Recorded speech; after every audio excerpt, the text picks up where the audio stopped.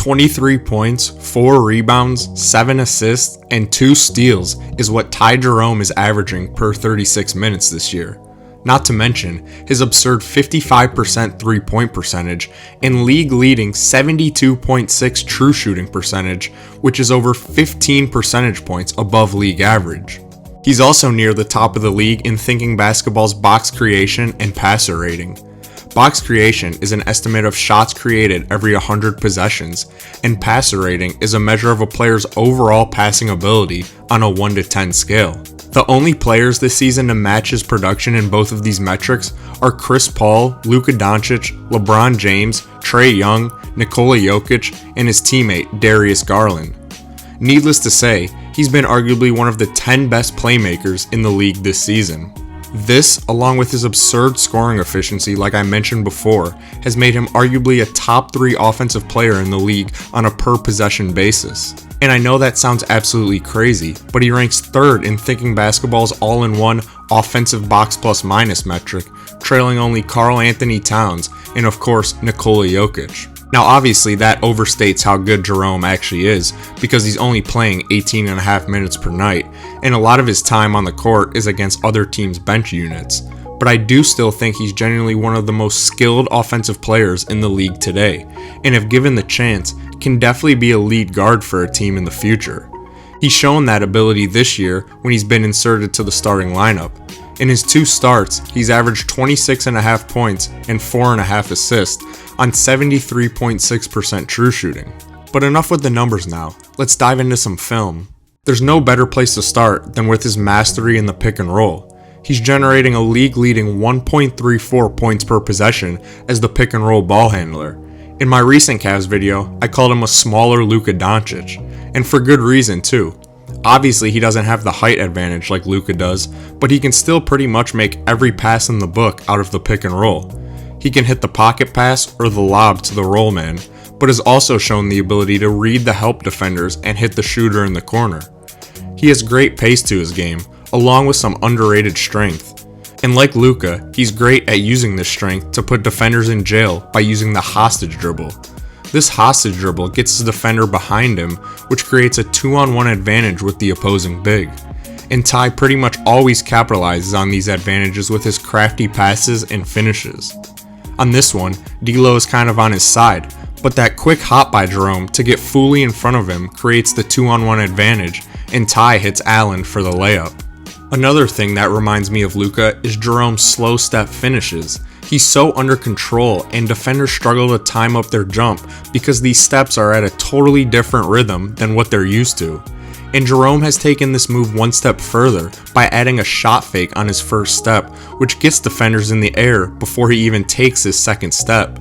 It's truly hilarious to watch defenders try and guard this. Just look at this one. He comes off the Allen screen and weaves in between the gap defender before shot faking on his first step and stepping through for the layup. This shot fake slow step also draws a decent amount of fouls since it gets defenders jumping much earlier than they should. He even blends this slow step into passes, as he does here, and hits Thompson for the layup. Jerome not only uses shot fakes, but pass fakes as well. This time, the defender doesn't go for the pass fake, so Jerome hits the roller after faking the pass at first. Just so crafty at manipulating defenders in these pick and roll situations. It also helps that he's a knockdown shooter, so defenders can't go under the screens to begin with. And he's shown the ability to shoot from well beyond the 3-point line as well, as he nails this one from deep. In the last 3 years, he shot 45.5% on pull-up 3-pointers, which is in the 93rd percentile of the league. And so far this season, he's shooting a ridiculous 66% on mid-range shots, which is in the 97th percentile of the league. He really has no flaws in the pick and roll, which is why his efficiency is what it is. And I want to talk about his mid-range game, specifically his floaters, where he has some of the best touch in the league. But it starts with his ability to use his body and initiate contact with his defender. He's not the biggest, but has underrated strength and is great at using his body to bump defenders, like I said before. This one is against an opposing center, and just look at how much space that bump creates before he sinks the floater. He's great at going into the defender's chest, as he does here against Jrue Holiday, who's arguably the strongest guard in the league.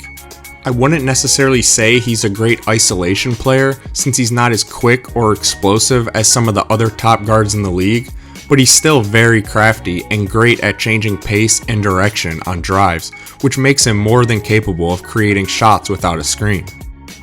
On this one, he drives, takes the bump and steps back before shot faking and stepping through for the finish.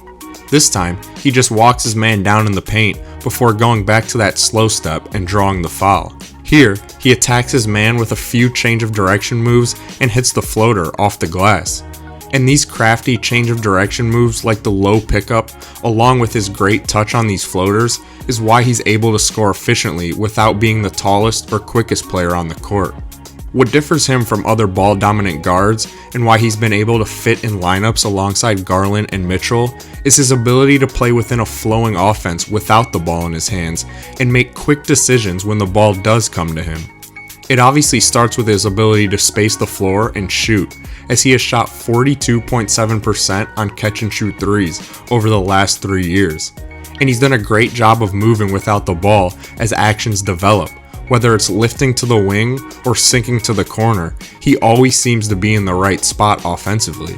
What has made the Cavs offense so deadly this season is that they have multiple players who can not only knock down open threes, but attack closeouts as well, and make quick decisions with the ball in their hands. As for Jerome's defense, he's not the quickest, which causes him to sometimes get beat off the dribble, and his lack of size on that end is also a weakness.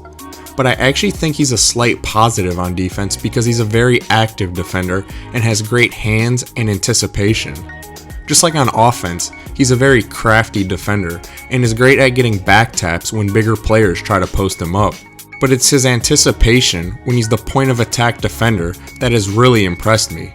He's great at timing up these steals as he accelerates through the ball when the offensive player least expects it. And again, just a very smart and crafty defender, which makes up for any athletic weaknesses. All that to say, Ty Jerome has been nothing short of amazing this year. His per possession offensive production has literally been on Nikola Jokic levels, and the Cavs have reaped the benefits as they've outscored opponents by over 18 points every 100 possessions with Jerome on the floor, and have had an offensive rating of 128.4. If you're a Cavs fan like me, you should definitely enjoy watching Ty this season because he'll most likely be gone next year after he gets a big contract from another team in free agency to become their starting point guard. Hopefully the Cavs can work something out, but at the same time, I would love to see Ty Jerome be a true offensive engine for a team. If you enjoyed this video, please like and subscribe, as I will be posting more in-depth breakdowns throughout the NBA season. And as always, thanks for watching and have a great day.